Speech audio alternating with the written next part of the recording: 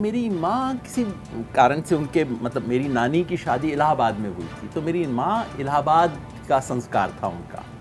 तो और मैं बड़ा पला उस शहर में हुआ श्री गंगानगर, जो तकनीकी रूप से तो हिंदी स्पीकिंग है, सेंसस में सब में हिंदी भाषी गिना जाएगा, लेकिन वहाँ लोग या तो पंजाबी बोलते थे या बागड़ी बोलते थे। ये आपकी आकाशवाणी दूरदर्शन की हिंदी बोलने वाला केवल एक ही परिवार उस शहर में था, वो मेरा परिवार था। तो वो मेरी भाषा बन गई, मेरी मातृभाषा बन गई। इसको लोग कई बार स्ट्रेंथ बोलते हैं, मुझे दरअसल वीकनेस नज़र आती है। इस वक्त इस देश की सबसे जातिगत पूर्वाग्रह से ग्रसित सरकार ये है, चतुर्वर्ण व्यवस्था लाने वाली सरकार ये है। तो अगर मायावती जी काशीराम जी के मिशन पे कायम हैं, तो उन्हें तो सबसे आगे आके कहना चाहिए कि इसे ठीक करेंगे, और अगर वो करती हैं तो मेरे जैसे लोग खुशी से मिलेंगे। और वैसे कौन सा वो मेरे से मिलने का इंतजार कर रहे हैं। पाला बदलने का आपने हल्का सा इशारा किया, मुझे अच्छा लगा। आजकल जर्नलिज्म में तेवर आ रहा है, वो भी रूलिंग पार्टी में भी आता होगा, ऐसा मेरी उम्मीद है। ये तेवर दोनों तरफ रहे, कितना अच्छा लगता है। पाला बदलना वो होता है जहाँ एक तरफ गुड़ दिखे तब आप पाला ले लें, दूसरी तरफ गुड़ दिखे तब ले लें। जो एक तरफ लाठी खाए और फिर दूसरी तरफ आके लाठी खाए, उसके लिए आपको नया शब्द ढूंढिएगा, बड़ा अच्छा होगा, है। बिल्कुल योगेन जी, आप तेवर की बात कर रहे हैं। मैं अभी घर से निकला, मैं आपको दिख नहीं रहूँगा। मैं अभी घर से निकला, मेट्रो में मेरे पिताजी से बात हो रही थी, मैंने कहा कि मैं जा रहा हूँ, योगेन जी आ रहे हैं। तो उन्होंने कहा कि यार एक बड़ा सवाल है, बहुत मीठा मीठा बोलते हैं, हमारे यहाँ कहते हैं गुड़ खा के बोलते हैं। तो उन्होंने कहा कि पूछना ज़रा कि ये मीठा मीठा वो बोलते हैं या ये मतलब इनबिल्ट है या कोई प्रैक्टिस करते हैं मीठा बोलने का। ऐसा बहुत लोग कहते हैं। मैं आपको पलट के कहता हूँ, आपके घर परिवार में ऐसा लोग नहीं है जो शालीनता से बात करते हैं, जो प्यार से बात करते हैं, जो चिल्लाते नहीं हैं, जो ऊटपटांग आरोप नहीं लगाते हैं, दूसरे पे उंगली दिखा दिखा के बात नहीं करते हैं। घर परिवार में होते हैं ना ऐसे सबके लोग। बहुत सामान्य चीज़ है। असामान्य क्या है कि लोग टीवी पे वो जो शालीनता का सामान्य व्यवहार होता है वो करना भूल गए हैं। टीवी पे बदतमीजी जो है वो एक संस्कृति बन गई है। तो दिक्कत ये नहीं है कि मैं बहुत विचित्र हूँ, दिक्कत है कि टीवी बड़ा विचित्र इस देश का है। हमारे सबके घरों में ऐसे लोग होते हैं जो आराम से ऐसे ही बात करते हैं जैसे मैं बात करता हूँ। आप अपने भाई से कैसे बात करते हैं? प्यार से बात नहीं करते हैं ना।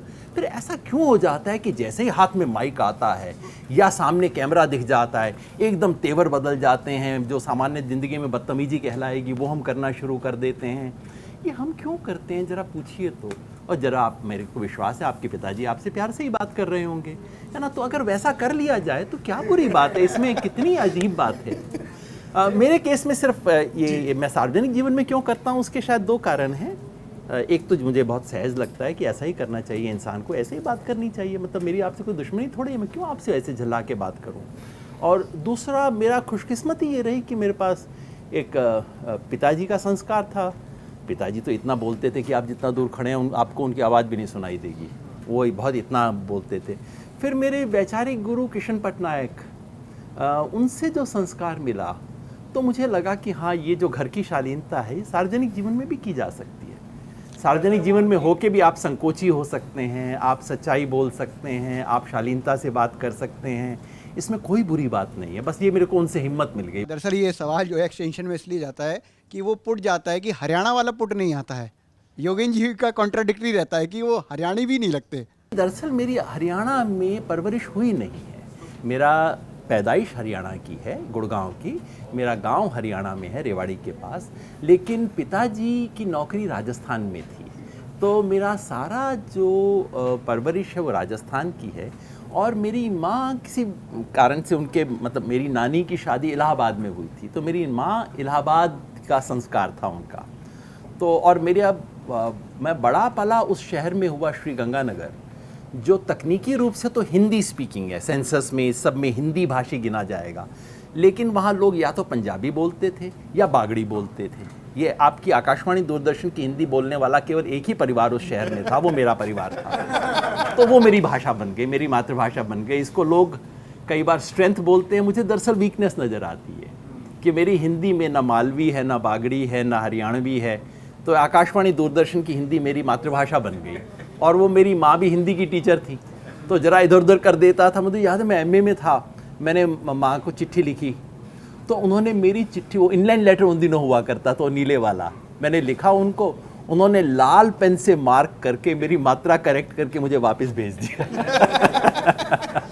तो उस सब की वजह से ऐसा हुआ है। तो दुर्घटना है और कुछ नहीं है। आपने भाषा बताया, अभी आपने एक और जिक्र किया कि आप राहुल गांधी से मिलने से पहले आपने जयंत चौधरी से भी मुलाकात की। इंडिया के लिए क्या मायावती से भी योगेंद्र यादव मुलाकात कर रहे हैं? अगर वो मिलना चाहेंगे तो जरूर, अब उनको अपना मन बनाना होगा कि वो कहाँ हैं। और मायावती जी जिस धारा का प्रतिनिधित्व करती हैं उस धारा के लिए मेरे मन में बहुत सम्मान है। माननीय कांशीराम जी के लिए मेरे मन में बहुत सम्मान है, उन्होंने बहुत बड़ा काम किया इस देश में। और मायावती जी जब पहली बार सत्ता में आई तब बहुत बड़ा बदलाव हुआ। देखिए, हम नेताओं को क्योंकि हम पत्रकार लोग और थोड़ा दिल्ली में घूमने वाले लोग नेताओं को ज़रा नज़दीकी से जान जाते हैं, तो उनकी अच्छाई बुराई को हम उनकी आंख से देखना शुरू करते हैं।